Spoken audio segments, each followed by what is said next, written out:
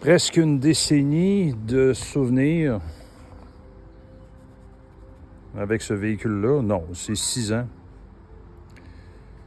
Enlevé poil par poil. J'avais pas fait le ménage depuis que j'avais adopté Echo, puis j'avais enlevé le tapis là pour qu'il puisse être confortable. Regardez l'usure. C'était son trou, ça, où il mettait sa patte droite pour regarder dehors, avec les traces de museau dans la vitre. C'est important de tracer le bilan de plusieurs années de joie, de peine, de rencontres, de séparation, de bouffe, qui sont cachés en dessous des sièges, mais de ne pas oublier qui on est vraiment au travers de tous ces souvenirs-là. Puis c'est ça que je suis en train de vivre aujourd'hui, un après-midi très difficile. Fait que c'est ça.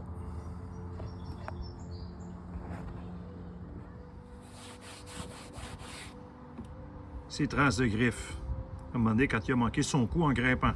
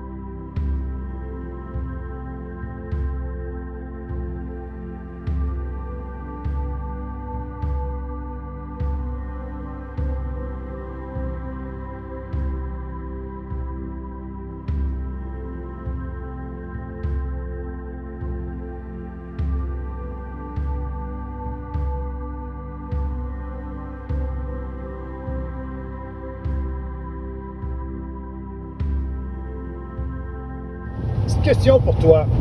Je sais que tu me répondras pas, t'es un chien, mais en tout cas, on est juste ensemble en auto. Pourquoi les mouches vont toujours s'effourer dans le devant du windshield côté du chauffeur?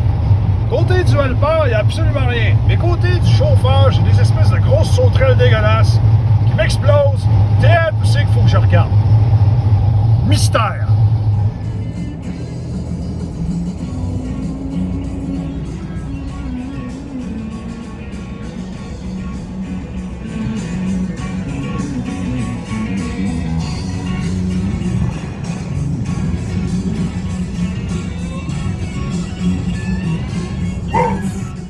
Quand j'ai adopté Echo, j'avais un Nissan Altima. On voit bien que ça ne marchait pas, hein? C'est qu'à un moment donné, j'ai dit, regarde, on va adapter le véhicule au nouveau style de vie. Fait que j'ai choisi ce véhicule-là, qui était pas trop gros, qui était puissant, maniable. Il est encore d'ailleurs. Adapté au transport du chien et du matériel qui vient avec, parce qu'on a fait de la recherche et sauvetage ensemble. Vous allez voir les photos dans quelques instants. C'est tout le souvenir rattaché à ça. On est allé le chercher ensemble chez le concessionnaire. Le vendeur n'en revenait pas. Quand il a embarqué au début à bord, tout de suite, il a pris sa place à droite, côté du helper, puis il regardait en avant. C'est des souvenirs très forts rattachés à ça. Fait que la question, c'est si t'as pas de souvenirs rattachés à quelque chose, t'es mort en dedans. Là, je reçois des messages, il y en a qui sont inquiets, ils disent « Ouais, depuis que t'as ton chien, depuis que t'as perdu ton chien, t'es plus le même. » C'est sûr, on était un duo indivisible. C'est pour ça, à un moment donné, que l'entête sur mon profil Twitter, c'était indivisible. Là, la blessure commence à se penser tranquillement, pas vite. Juste le fait de faire le ménage aujourd'hui de ce véhicule-là, que je n'avais pas fait depuis en arrière, depuis à peu près 6 ans, c'est un pas de géant pour moi au niveau personnel. Il y en a beaucoup qui me posent la question... vas-tu en avoir un autre chien? Je vais vous répondre en utilisant une analogie sur le hockey.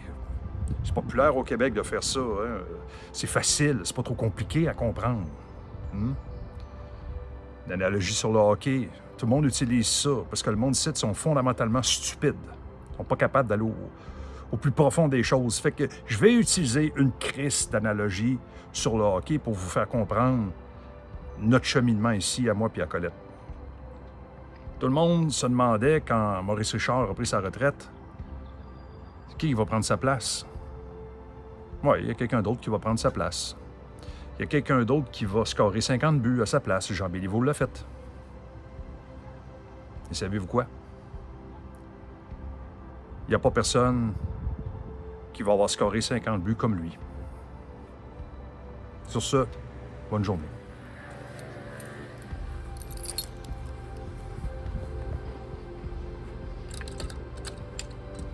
La vie est une énergie qui nous est prêtée. À un moment donné, il faut la rendre.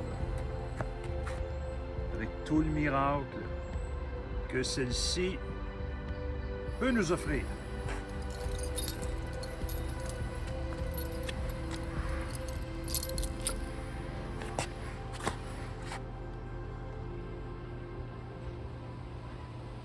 Salut mon loup.